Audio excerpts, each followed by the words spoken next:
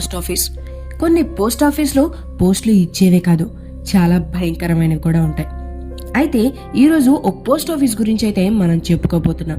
ఒక ఊరిలో ఒక పోస్ట్ ఆఫీస్ ఉండేది. అయితే ఆ చుట్టుపక్కల ఉన్న ఊళ్ళలో కంటే ఇదే చాలా పెద్ద పోస్ట్ ఆఫీస్. కానీ ఈ పోస్ట్ ఆఫీస్లో ఎవ్వరూ పనిచేయరు. ఈ పోస్ట్ ఆఫీస్ చూడ్డానికి బయటికి బాగానే ఉంటుంది, కానీ లోపలికి వెళ్తే గానీ దాని గురించి తెలీదు. అయితే గవర్నమెంట్ ఆ పోస్ట్ ఆఫీస్లో ఒక పోస్ట్ మ్యాన్ అయితే పెట్టింది.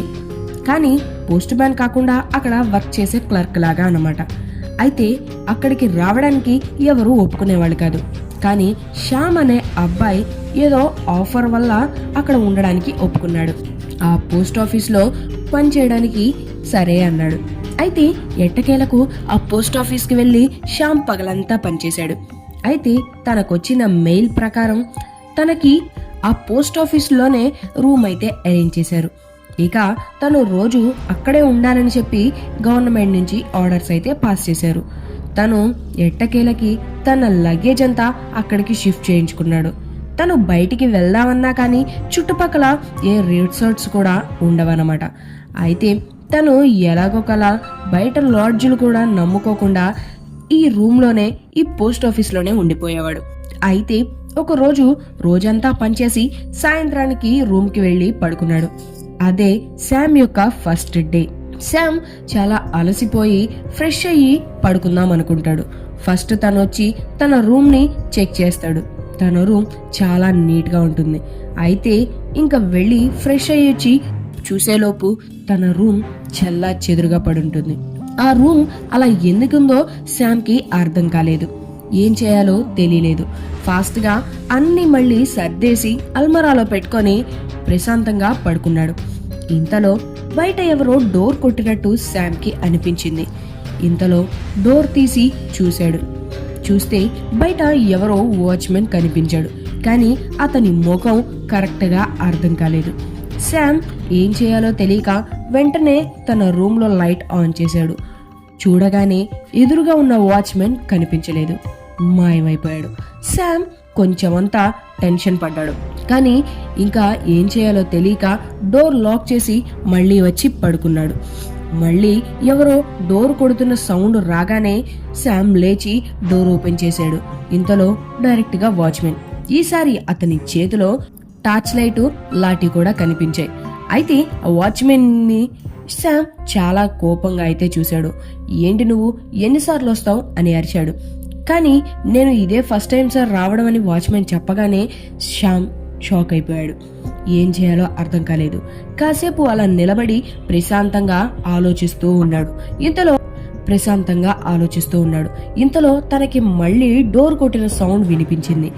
ఏంటా అని చుట్టూ తిరిగి చూస్తే తన బాత్రూంలో సింక్ లీక్ అయ్యి వాటర్ డ్రాప్స్ గా పడుతుంది. అది శామ్ కి డోర్ కొట్టిన సౌండ్ లా వినిపించింది. అయితే ఇంకా శామ్ రోజు ఆ వాచ్మెన్ తో కలిసి ఆఫీస్ కి అయితే వెళ్తూ ఉండేవాడు. ఆ వాచ్మెన్ శామ్ కి చాలా హెల్ప్ఫుల్ గా ఉండేవాడు. అయితే ఒక రోజు సడన్ గా ఒక మెయిల్ అయితే వచ్చింది. శామ్ ఆ మెయిల్ చూశాడు. అదేంటంటే గవర్నమెంట్ శామ్ కి ఎలాంటి వాచ్మెన్ ని అపాయింట్ చేయలేదు. మరి అలాంటప్పుడు శామ్ తో పాటున్న ఆ వాచ్మెన్ ఎవరన్నది శామ్ కి డౌట్ వచ్చింది. చాలా టెన్షన్ పడిపోయాడు. ఏం చేయాలో అర్థం కాలేదు. రోజులాగానే శామ్ ఆ వాచ్మెన్ వస్తాడు అనుకున్నాడు. కానీ ఆ రోజు శామ్ తో పాటు వాచ్మెన్ రాలేదు. శామ్ ఒక్కడే తన రూమ్ కి తిరిగి వెళ్ళాడు. తన రూమ్ కి వెళ్లి డోర్ లాక్ చేసుకుని ఫ్రెష్ అయ్యి బయట తినేసి వచ్చి పడుకున్నాడు. మళ్ళీ సేమ్ డోర్ సౌండ్ మోగింది. శామ్ లేచి ఆ డోర్ ఓపెన్ చేశాడు. బయట వాచ్మెన్ ని చూసి చాలా టెన్షన్ పడ్డాడు. అయితే ఆ టెన్షన్ ని ఆ వాచ్మెన్ అబ్జర్వ్ చేశాడు.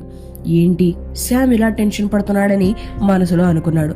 శామ్ చాలా భయంగా ఆ వాచ్మెన్ ని చూసి భయపడిపోయాడు.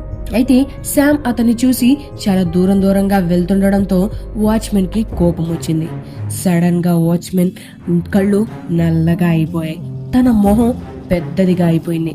అంతే, శామ్ చాలా భయపడిపోయి వెనక్కి నడుచుకుంటూ తన బెడ్ దగ్గరికి వెళ్ళాడు. ఆ వాచ్మెన్ లోపలికొచ్చి శామ్ గొంతు పట్టుకొని నులుముతున్నాడు.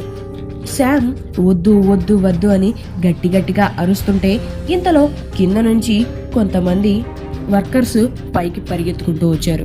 శామ్ని చూశారు. శామ్ తన చేతులతో తనని చంపుకుంటున్నట్టు వాళ్ళకి అర్థమైంది.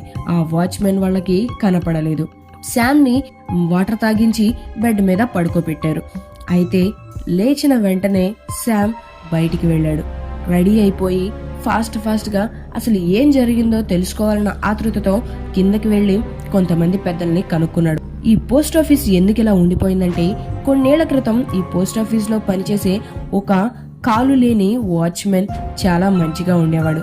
అయితే ఒకరోజు ఏమైందో తెలీదు, కానీ సడన్ గా ఆ పోస్ట్ ఆఫీస్ లో ఉన్న కిటికీలో నుంచి దూకి చనిపోయాడు. అతను చనిపోవడానికి కారణాలేంటనేది ఇప్పటి వరకు ఎవ్వరికీ తెలీదు అని ఒక ముసలాయన శామ్ కి చెప్పడం జరిగింది. ఫ్రెండ్స్, చూసారుగా, కొన్నిసార్లు ఇలాంటి పోస్ట్ ఆఫీసులు కూడా తగులుతూ ఉంటాయి. ఈ వీడియో మీకు నచ్చినట్లయితే లైక్ చేయండి, షేర్ చేయండి, సబ్స్క్రైబ్ చేయండి. Thanks for watching.